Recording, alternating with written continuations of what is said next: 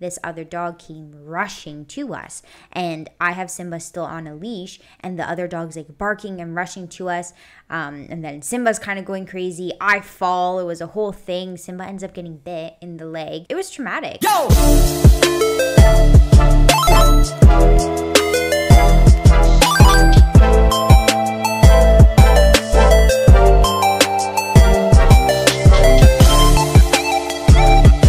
Nerds.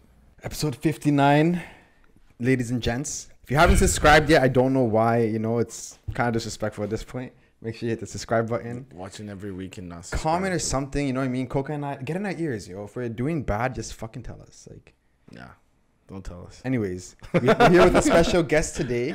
Claudia. You guys all met her before, though. But Claudia, how you doing today? I'm doing good. Yes, I'm doing really good. How's your day been? My day's been good. I'm excited to be here and yeah, just to chat. Ready to talk. Awesome. So just wanted to start off by, wow, that's bad. I blanked out real hard right there. I'm not in my element. No, but I just wanted to ask, like, how are you settling in now being in London full time? I always get this question a lot, which is interesting. And I feel like it hasn't really hit me in a sense yet. Like, we're still kind of in his parents' house as we're doing renovations here. So it just feels like a super extended sleepover, if that makes sense. Yeah. I think once we kind of get into our own house, we'll have our own routines, like always cooking, grocery shopping, then it'll feel a little different. And I think the one thing I'm kind of like, I'd say worried about is like not having like my close like network of girls here, right? So it's like you have your friends, you have like your things to do. So I'm always kind of like, am I gonna have like a feeling of like being lonely or like left out? And but I don't feel it yet. I'm always just like, is that something that could come up once we're like living on our own? But overall, like I think the move has been good. Like there's, we still have to really kind of explore the city and get into it, but I'm excited. It's like a new chapter and it's something new for the both of us and I'm ready.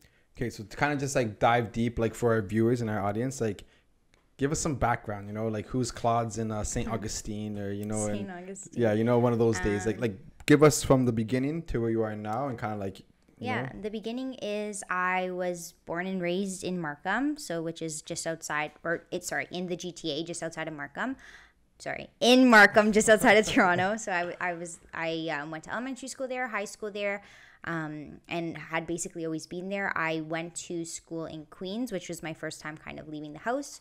Went to school there for kinesiology, stayed there 4 years, and then moved back to Markham where I was working full time. And then kind of because of COVID, my work became like a remote situation, which gave us the opportunity for me to be living here now and still have the same employment. So I work for, it's a health assessment company, which is a third party for insurance companies. And we just do assessments. And I, like my kin degree was able to get me that job. Dope. Mm-hmm. Were you always, I guess, like thinking of becoming a kinesiologist? No, I wasn't. I always, like in high school, I always kind of said I never wanted to do a desk job.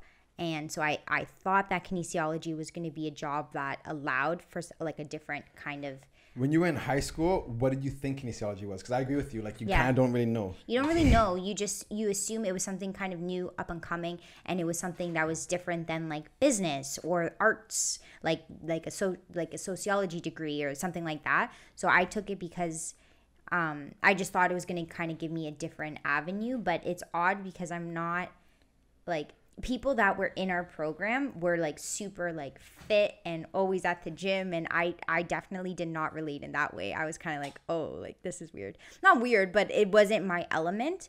So I guess I didn't really know what it was in a sense, and then it's kind of weird because getting outside of school, I ended up getting an office job. What made you feel like you had to jump into something that I guess you didn't really know, like what it was? I felt like the kind of stigma of you finish high school and you go to university, and like I'd say everybody at my high school, or 98% of people, did some kind of post-secondary right outside. Like nobody stayed back to do like a victory lap or type thing. So it just kind of felt pressure in a sense, like this is the next step to do. Do you ever have a dream of like, you know, some people in elementary school want to be a doctor or a veterinarian or like This is a firefighter? What was yours? Yeah, this is funny. I distinctly remember this. It was like in kindergarten, I remember. And they were doing like, you know, like on like chart paper. Yeah. The teacher was asking us, "Oh, what do you want to be when you grow up?" And everyone's saying like doctors, veterinarian, all these cool things. And I said I wanted to be a crossing guard.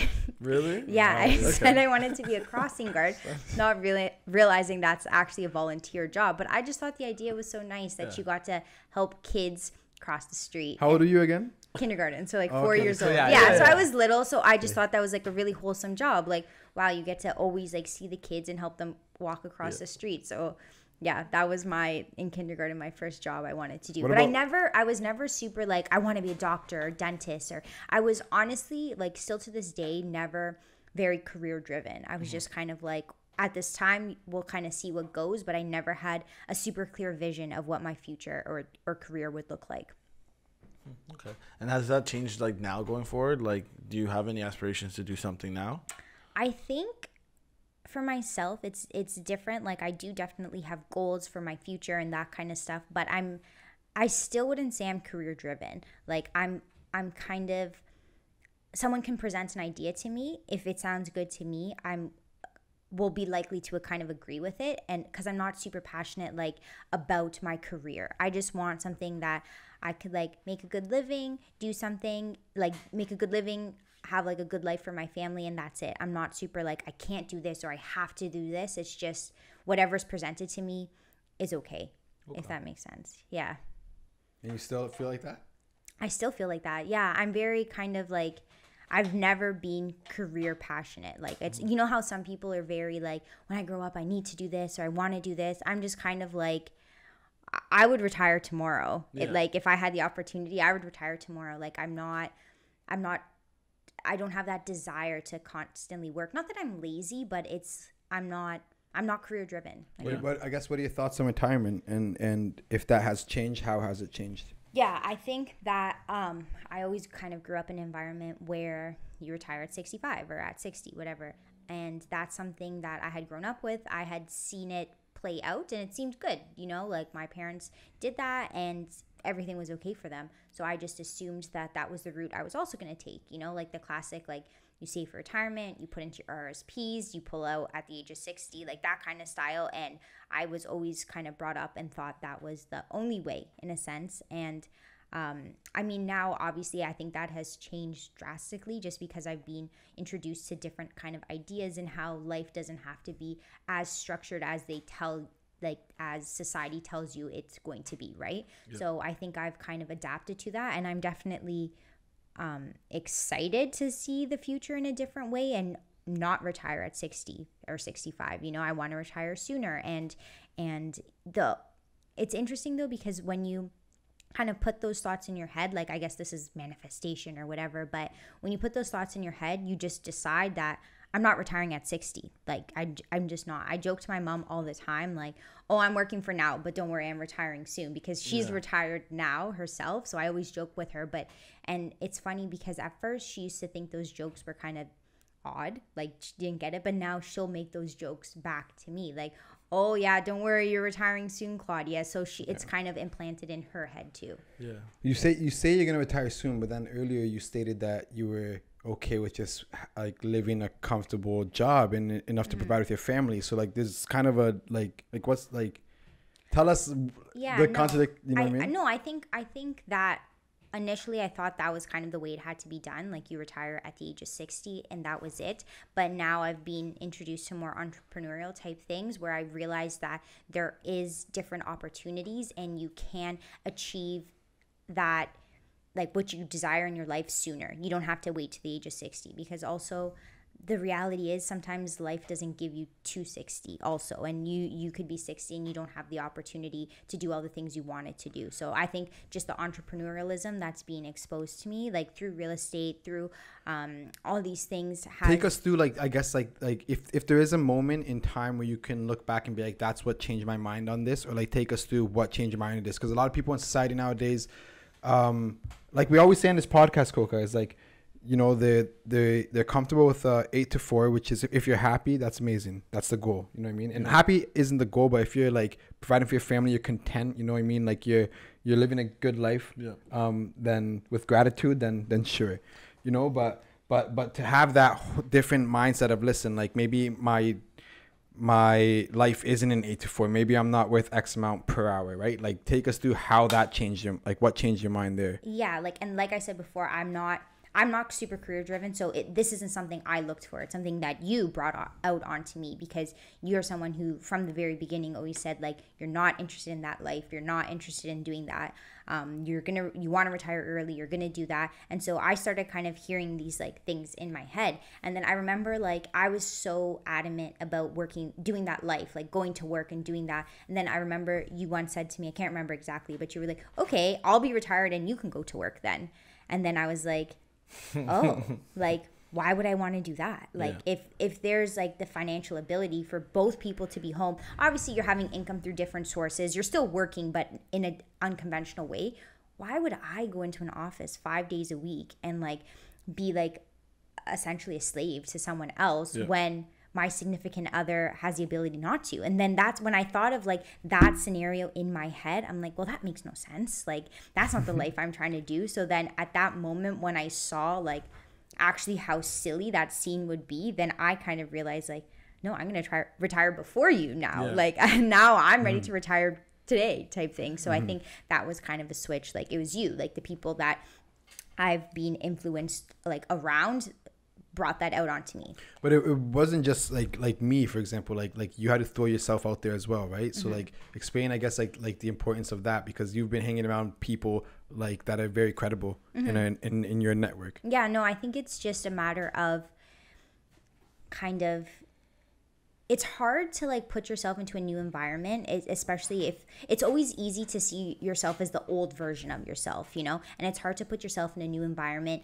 that you're uncomfortable with, that you've never experienced before, and with like this new demographic of people. But they always say you should be in a room where you feel like the least informed, because everybody else around you has so much value to offer. And then we started putting ourselves in those rooms where you feel a little awkward, you feel kind of naive and uneducated and all these things, but you realize that that's the crowd that actually makes you grow, and that's how you're going to be able to get to that next level. Because even though maybe you're so far away from what those people have done, you're beginning to understand how they were able to do it, and you see that it is really possible to get to that level.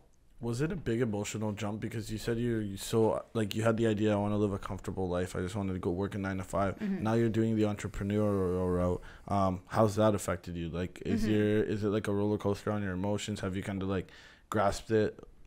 I think like realistically, I'm in a stage of doing both. Like, I am still working a 9 to 5. Like, I do still need that stable income for like all of these things. But the hard part is, it's like you have a 9 to 5, and then they say like 5 to 9. So like when you're done work, then you have to do your passion project, and you have to do that on your time off. So meaning that I haven't watched a show on Netflix in like 2 years, honestly. Like, I haven't been able to watch a series, nothing. Well, like watch a movie here and there, like things that seemed so easy to do have become difficult, because it's like I genuinely don't have the time to do those things. So I think that's kind of like the tough emotional part, letting go of, like, you think like you're in your 20s, you want to do all these quote unquote fun things, but you have to realize that you have to make some kind of sacrifice now so that you can kind of get to a different level in the future. So it's a matter of doing both, of working your day job and then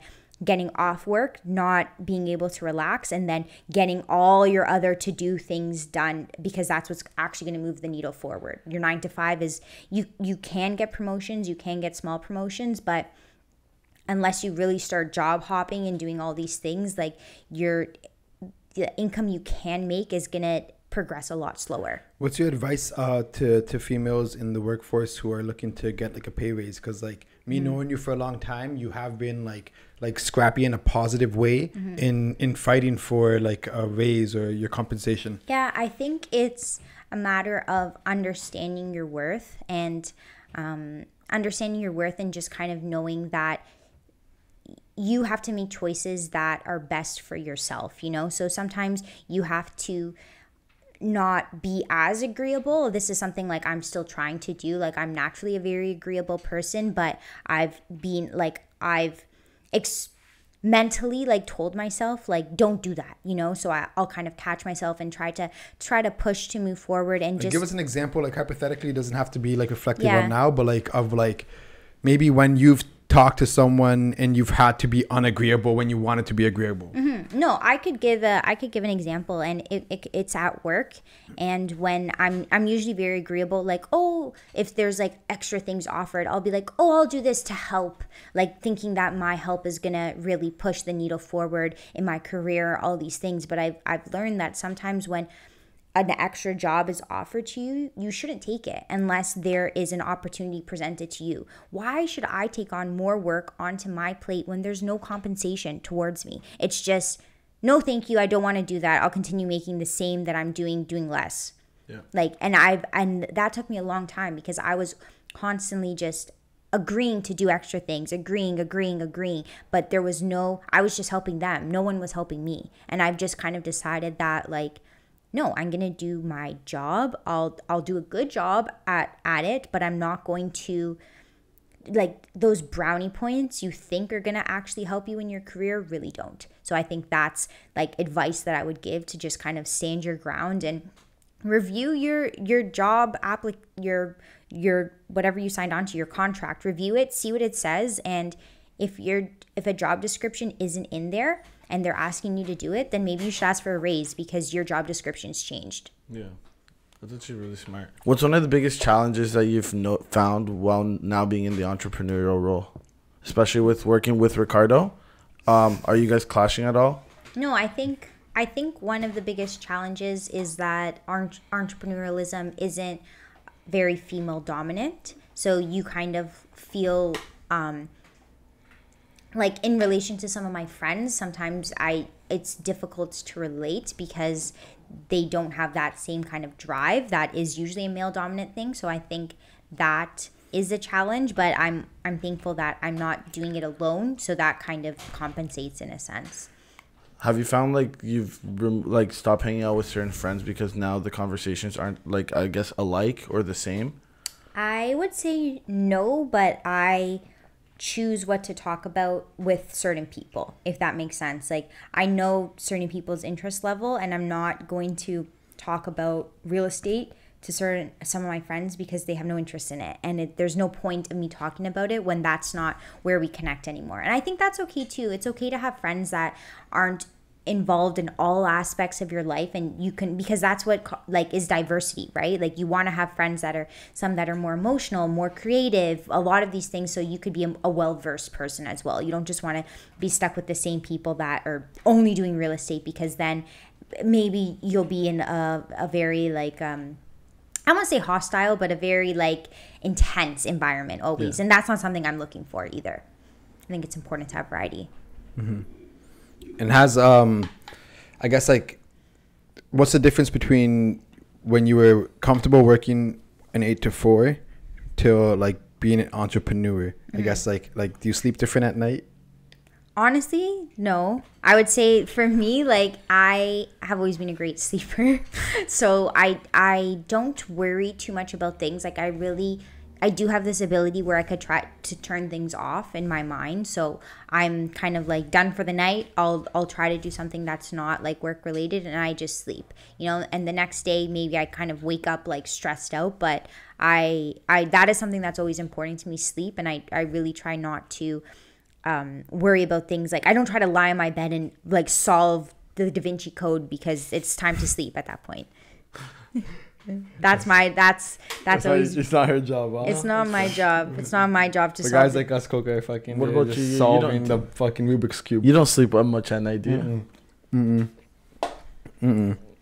I do, but I don't. Like I'm always like, oh, we gotta figure out this, we gotta figure out that. How's this gonna go? But maybe that's just my mind, you know. Maybe it's more like a male thing too, you know. I know my sister though. This says she never sleeps. Like she's always like thinking, or she'll like probably a Gemini thing. Then yeah, Gemini thing. She'll text me the next day being like, oh, last night I was like thinking about this for you. You should do this. I'm like, girl, go to bed. Like stop worrying about this. Like just sleep. We could talk about this tomorrow. You know, like there's no need for you to be thinking about all these things. And I feel like sleep is such a precious commodity, honestly. So when you have it, just enjoy it. Get yourself the best memory foam pillow you can, invest in a good mattress, and just go to bed.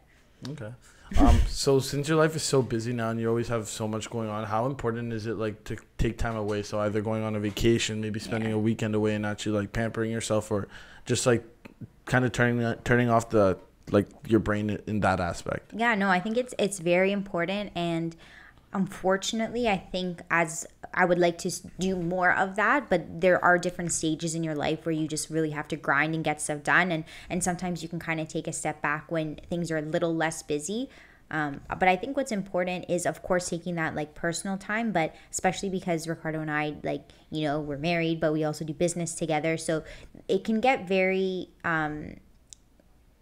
there's like a fine line of like, you know, they're your partner in work, but your partner in life, right? So it's important to kind of like take time out of that like business relationship to just go on like dates, you know, and not talk about business or not talk anything about that. Although it's hard sometimes because it's like, oh, like I just want to tell him like about this stupid thing, but you just really have to take the opportunity to just enjoy each other, because then you'll kind of lose sight. In the end of the day, like, you do business so you could have a good life. Yeah. You do business so you can retire early, so you can enjoy yourself. So if you become so business driven, you lose yourself. You just become like a machine at that point. So it's always important to kind of touch base and just remember who you are and enjoy yourself with your peers and your friends and your partner, so that you can always like remember, I'm working so hard so I could do more of this. So you speak about this business and you speak about being so busy. Like, what exactly is it that you're doing? What are you managing right now? I guess because you do a lot, right? So yeah, no, right now we are finishing up a renovation. So that's a big thing. That's like, feel like we're constantly at Home Depot. We're constantly having lists, evaluating our budget, all that kind of stuff. So that's a huge thing. Like, we're finding new tenants in Sarnia. So that's been a really big thing. And then another thing I think I've kind of taken on more myself is kind of we're doing an Airbnb in our rental unit. This room we're in now is going to be an Airbnb. So there's a lot of logistics that go behind that. Like, yes, the licensing, but just the little things like the experience behind it. So all the furniture, the colors, the sheets, the towels, all of these things. So just like creating a whole house, but on a budget. So that's what's kind of been like really hard, like trying to source things off Facebook Marketplace and couches and TVs and measuring things and trying to get deals and all that. So that's been like exhausting in a sense, because we know that it's not like a regular house where you have kind of time to furnish it. You don't have to do it all at once, but the longer we take to furnish, we don't get any money. So it is a race against the clock. Like, you want it to look good, cost effective, and fast. So that's been, I think, like the main kind of stress right now. What made you I guess like maybe get into real estate investing, and why did you choose Sarnia and then London, and why are you doing an Airbnb play? Like, speak a little bit more in regards to like the details of that. The details are, I guess, why Sarnia and London is just, it came down to kind of affordability, and what it was a great place where we were able to get like a good location, a good size house, a backyard within our budget. So that was huge, right? So that was, I think, what kind of led us to both of those places. And the Airbnb play was... Sorry, not to interrupt you, but was Sarnia scary for you? Like, buying an investment property out in Sarnia, you're from Markham. That's like what, like 5 hours away? 3. Sorry, 3? Yeah. I don't know why I thought it was so much longer, but Yeah. 3 hours away, like... Did that scare you at all? Yeah, of course. It's kind of like at that age we were buying this property. It felt like we were dishing our entire life savings into a house that was three hours away with no certainty that it was going to work. You know, it seems nice to kind of see a savings account and be able to see the number tangible, be able to pull it out if you need, right? But to put it into a house, although like an asset actually makes you more money long term and all of those things, but it's scary because there's no guarantee. A tornado can come tomorrow and take away your house. Like, there's so many variables that could happen, and it's so far away, and finding tenants, like, it was really scary to me. That was probably like such a huge leap. And but I think that's what kind of like broke it down, because although it wasn't a perfect project, we learned so much. And regardless, it turned out really good. The experience turned out good, that it was kind of like, okay, if we could do that, then we could do something else, you know? So that, it was very scary, yeah. And I understand why people don't do it, because it's very stressful, like worrying about like your mortgage and utilities and getting all these emails and sourcing materials, and you're so far away. Like, oh, I was picking floors and paint colors without even seeing them in person. Like, that's like crazy to me. Like, especially in our first, you're spending all this money on floors that I've never seen in person. Like, that's absurd, but it works out. So Would you keep on investing out there in Sarnia? I don't know if I would invest in Sarnia again. I don't think it's a bad market. I think it's good, but I don't see long-term like major investment there as of right now. I'd say more like London area, just because it is in closer proximity to where we are living now. But then again, like London is becoming more expensive too, so there could be more opportunity in Sarnia. But just to add to that, like I think the Sarnia market is still very like hot. You know what I mean? Like our tenants actually they're leaving at the end of September, and we already have so many applicants applying for a new rent at a higher cost. You know what I mean? So it's like the demand is there. I feel like it's a popular city. It's beautiful. Claudia and I have had a couple nice walks there by the water, and like went to a couple nice like restaurants and whatever. But yeah, Sarnia is a hot market. Okay. For sure. I think so still. But like, I think so too. Yeah, I think it's just a matter of kind of like what would make sense to us, like in terms of proximity. Like, would it make sense to invest out there again, like in our third property? Maybe, but we would have to really sit down and decide, like, is it something we would want to completely outsource without being able to like overview a project? Like we could overview it, but not like when it's in your own city, right? Take us through the process of changing your mind from like getting married and moving into a house to getting married and house hacking and having a house, like living in a unit and then renting out a unit. Like, was that tough for you to process?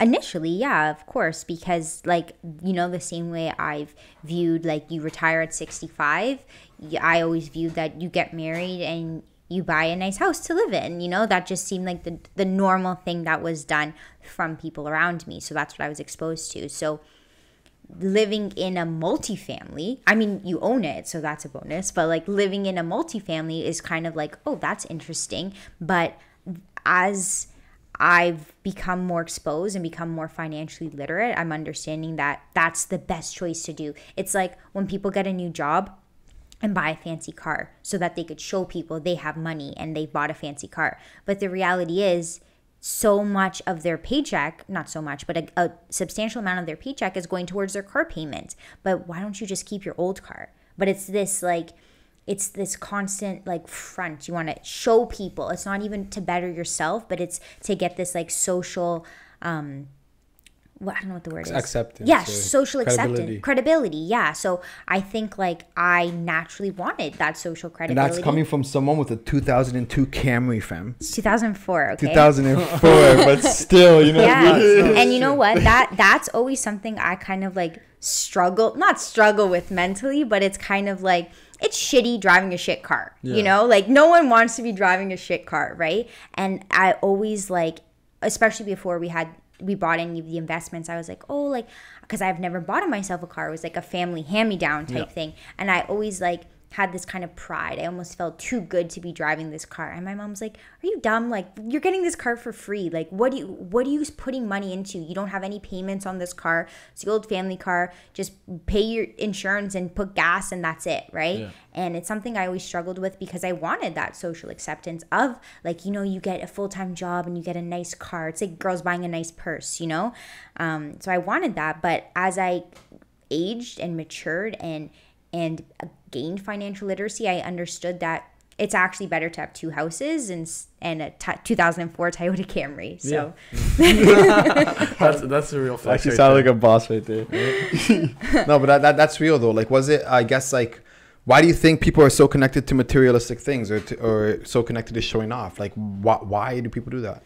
People do it because they feel insecure about themselves, and what better way to alleviate that insecurity is for other people to give you acceptance, right? Like you don't feel insecure when someone's like, oh my God, you look so good, you look so handsome. It gives you a boost in your self-esteem, right? So if you're not confident in yourself, you're always looking for that external stuff. But also there's the flip side too of I would say I'm a pretty confident person, but I still like to have nice things, because if you buy it yourself and you buy it with hard-earned money, you realize that this is a nice treat you can give yourself. Like, I could buy myself a nice purse. I look at it every day and you're like, I bought myself that. Like, that's good too. So I think it's a balance of, it's okay to buy expensive things if that's your style, if that's what you like, but it's a balance of buying what's in your means, what makes sense, but still being like smart with your money. It's a tough balance.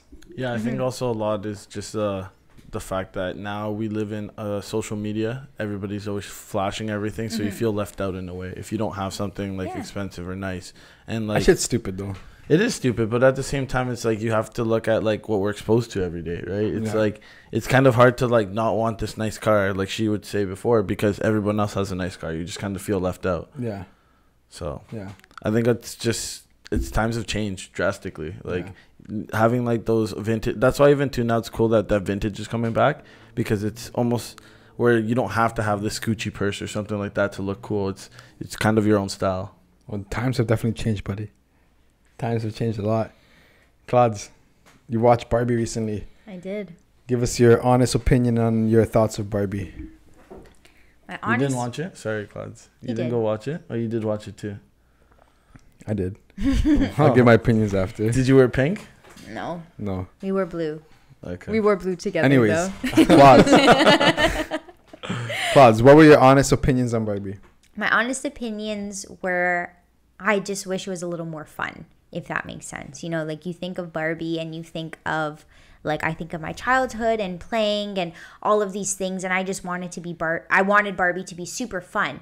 And it was fun, but there was also a very heavy undertone to it, like very political, a lot of things like that. And I would have liked if that wasn't there, to be honest. Like, I would have liked for it to just be like fun Barbie movie. Like the same storyline that was there could have been fine, but just the script could have been a little more fun.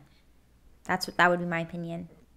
Like, I guess what was wrong about the... Yeah, I guess it was political in a sense. Like it was just like very pushing like women not rights, women like taking like leadership and doing all of these things, which is fine, you know. And I did like how they touched on how not every Barbie has to do that, but there was just so much of a push for that, which is kind of like the movie didn't have to be about that. Barbie was a doctor and a veterinarian and all these things, but that's, I don't think how people wanted the movie to be, in a sense. You know, that's kind of political. They made it too political, and they did it to match what's kind of going on in our society right now. But that's not Barbie. Barbie is just like a fun thing kids play with, and Barbie's like perfect in a sense. And I guess, like, of course you don't want to push on those like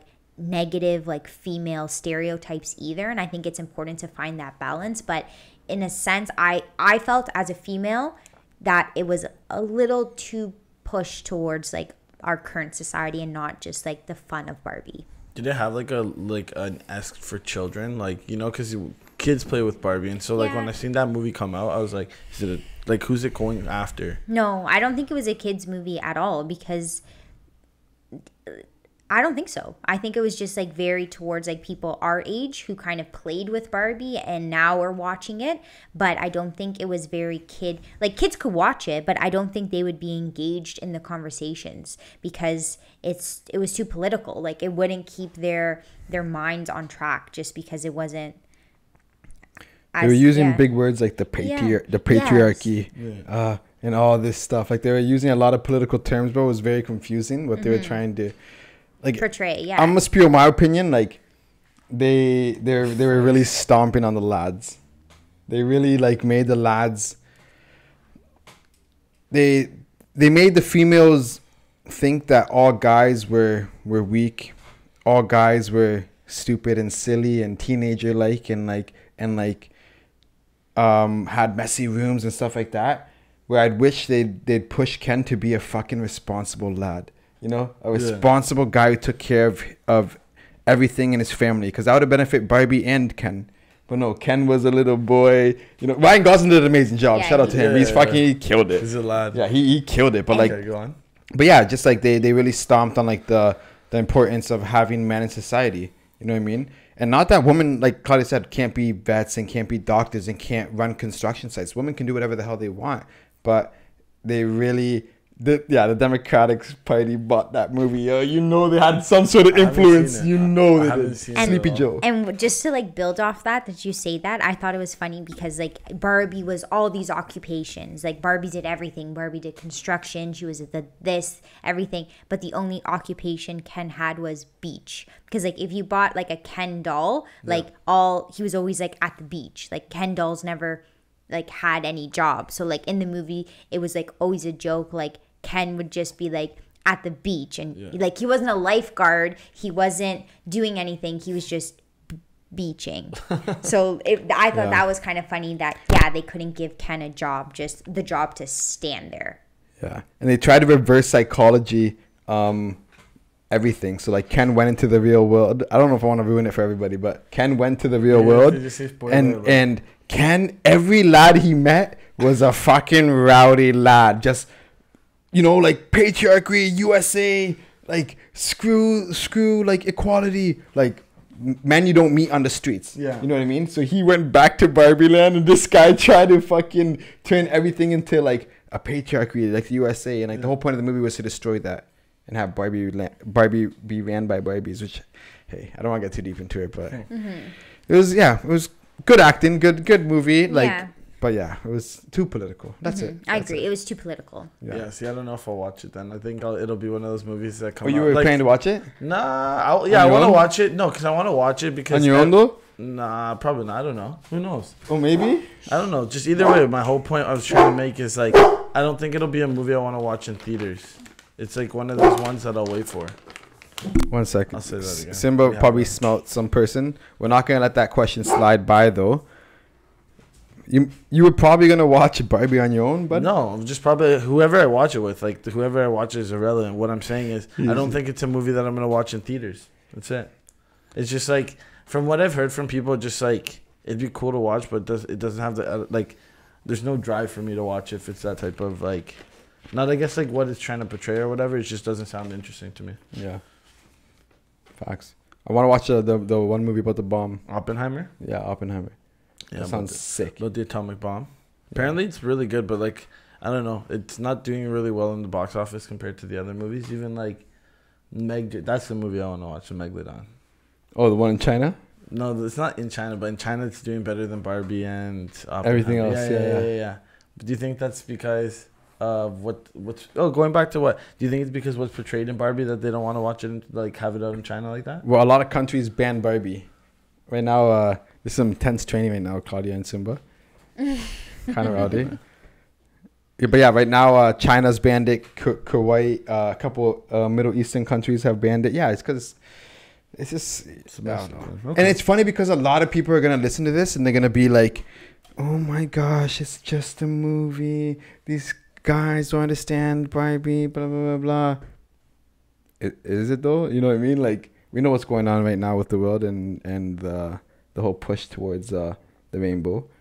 So, anyways, Claudes, you're training a freaking 92-pound pit bull German Shepherd right now. You never wanted a big dog. Like, tell us about Simba. Simba's just a baby though.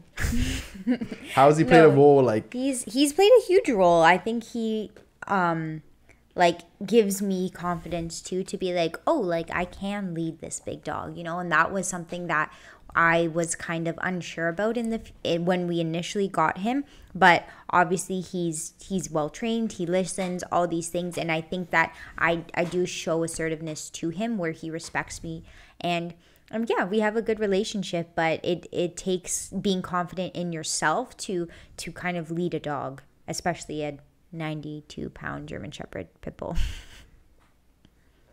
Has it been a big change having a dog in your life all the time now too? Yeah, for sure. Because I've never grown up with any pets. And I still have this, as much as like pets are great and stuff, like they are messy, you know? And like I don't like the hairs and the slobber and all of those things. So I think that kind of stuff is still, I'm still learning. And it's a matter of us finding a good balance of what's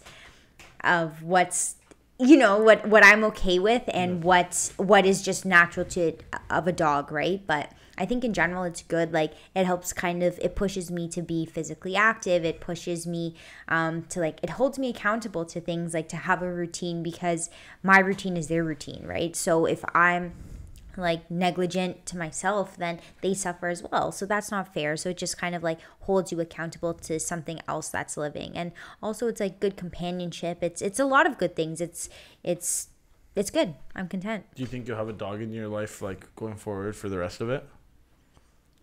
Yes, I think, but I would say like after your first dog, I would say you would take a break in a sense. Like a break in a sense where Sorry, this guy looks at me funny. no, like I think it would be so sad. It would be so like traumatizing to lose your first dog that I couldn't jump into a new dog right away, if that makes sense. Like I would need time to kind of like detox from their loss. Yeah, like a mourning period. Yeah, like honestly, and like I wouldn't want to jump into a new Fair dog. enough, because I couldn't imagine that. Yeah, I wouldn't want to jump crazy. into a new dog maybe for like a year or so, because it would just feel like you're cheating on them. Like no, it wouldn't. I wouldn't say a year. I wouldn't say a year or so, on my personal opinion. Yeah. But for yours, maybe. I don't know. I think it just kind of like depends, like your stage of life. Like you would just kind of have to see, you know, you can't necessarily predict it too. But I don't think I would be like, oh, my dog dies and I just go get a new one right away. Like that's No. Yeah.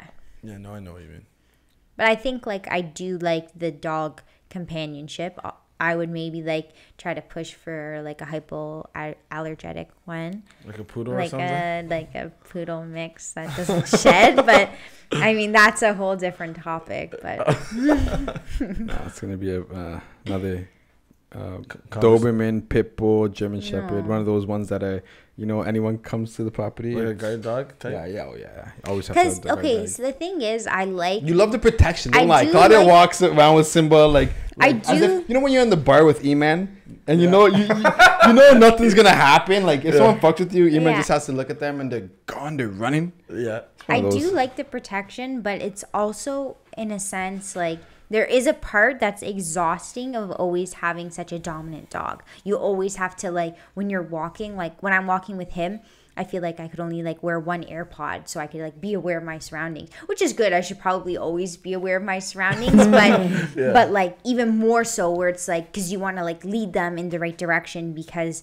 they could be stimulated by different things just because they're naturally more protective, right? Yep. So you have to kind of like constantly, it's like a constant training thing, which should always happen with dogs, but other breeds are kind of More lenient. and easier or more submissive and easier to deal with, which is like he's a challenge but in the best way possible. So it's like when he listens, you know that you've really done a good job because like this animal is listening to me. Like for what? Why? You know? Yeah. So and you know that you're leading him well, but Yeah.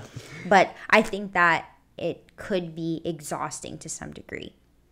Facts. Like, talking about dogs, yeah, David had a great question there. We should get another mic for David. We are Sergio. Anyways, but anyway, yeah. So, yeah, how did you feel? Do you feel more safe with Simba? Because I know something that happened today kind of shook both of you. Yeah. So what happened today was we were going for a walk to the regular park where we always go to, and we were going to throw the ball so he would be off leash. So we come into the park and I see that someone's there because like Ricardo always taught me, be like super aware of your surroundings, like know who's there, know which dog is there, all that stuff. So I saw that someone was there. And then I saw that there was another dog there. So I was contemplating, like, should I take him off leash? Should I, you know, all these things. And then before I could even decide, this other dog came rushing to us. And I have Simba still on a leash. And the other dog's, like, barking and rushing to us. And then Simba's kind of going crazy. I fall. It was a whole thing. Simba ends up getting bit in the leg. Like, he's okay. But it was just very, it was traumatic. I was kind of traumatized. And I think back to the question kind of, and the owner, he did, you know, we talked, he's like, oh, is your dog okay? All of these things.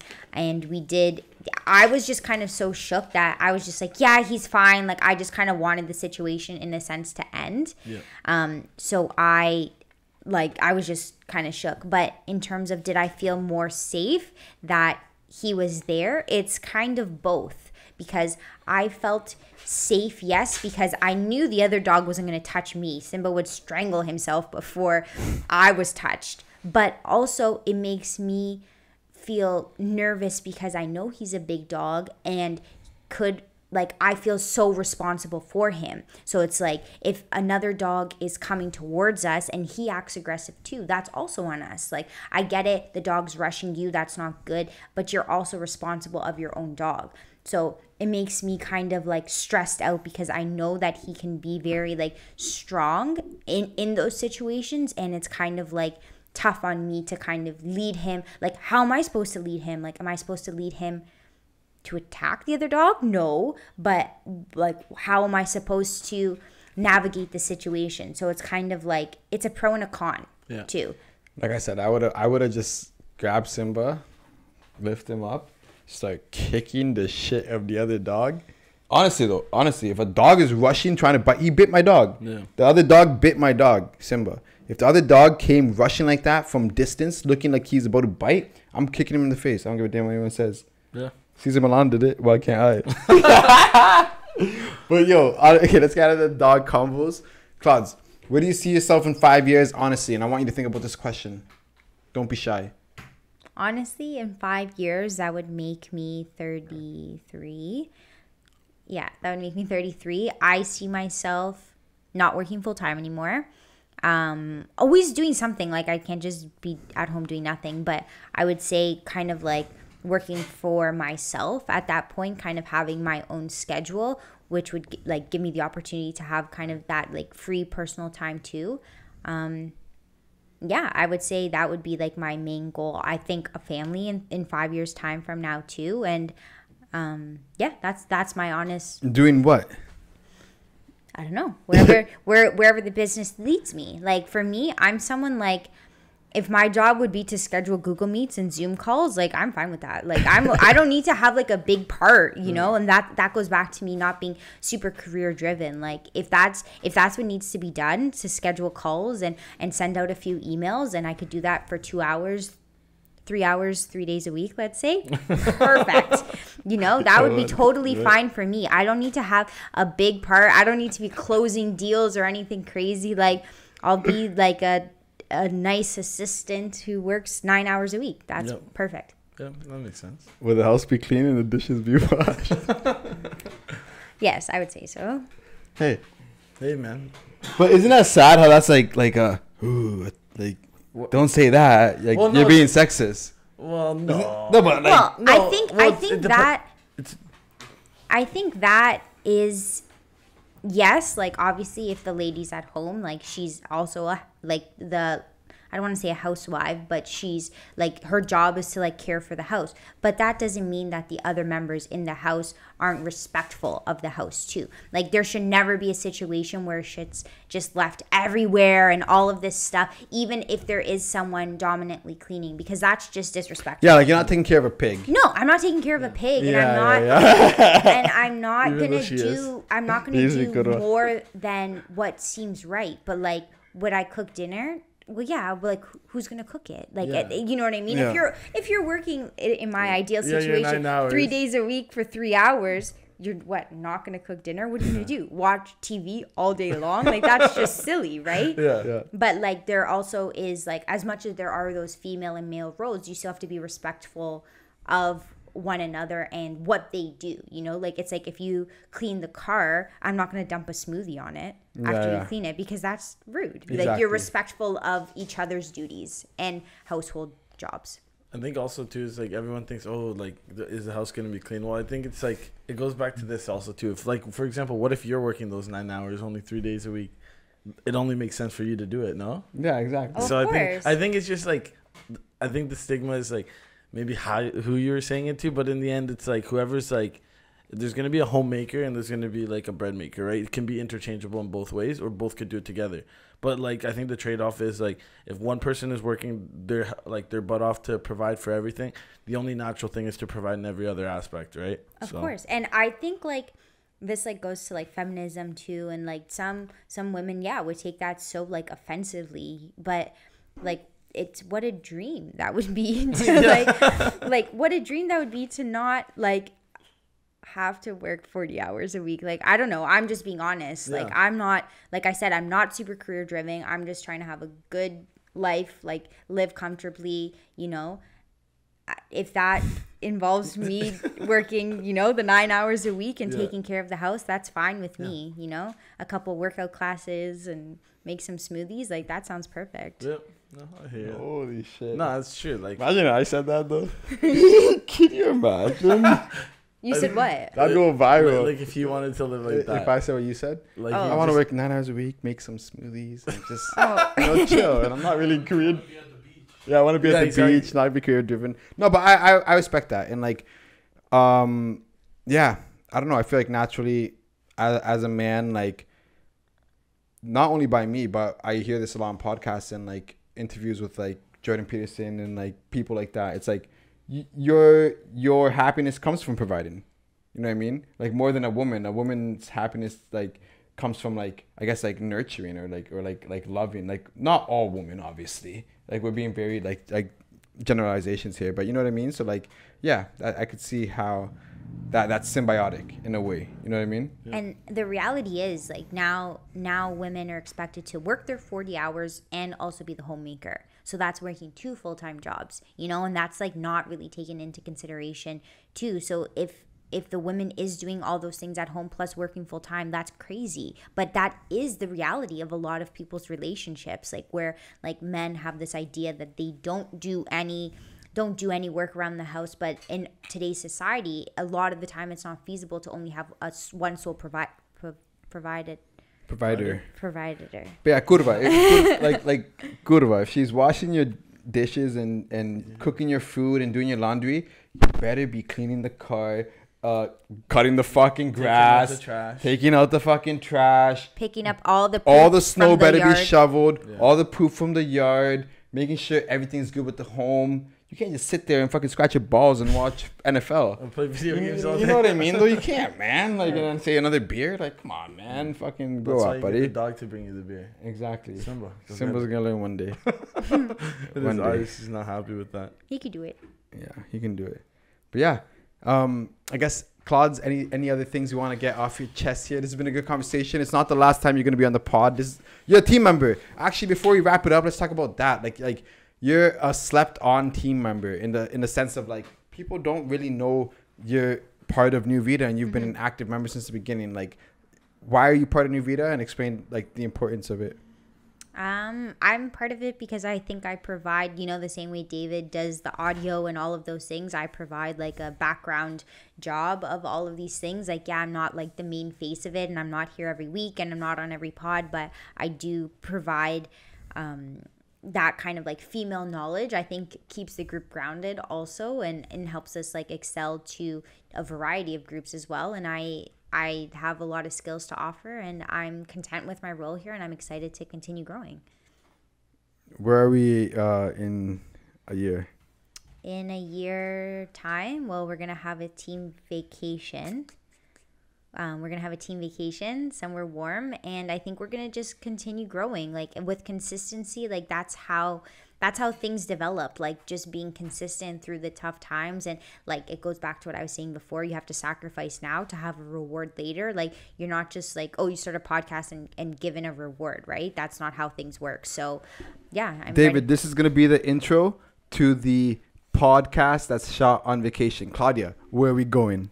What if we go somewhere cold though? Where are we going? I think we should go to Costa Rica. Costa Rica. I've never been, so I'd be down. Not Boulder, That's Colorado. This fucking guy, bro. Okay, anyways, we're done with this episode.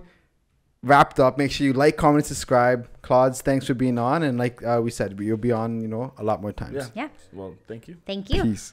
Bye.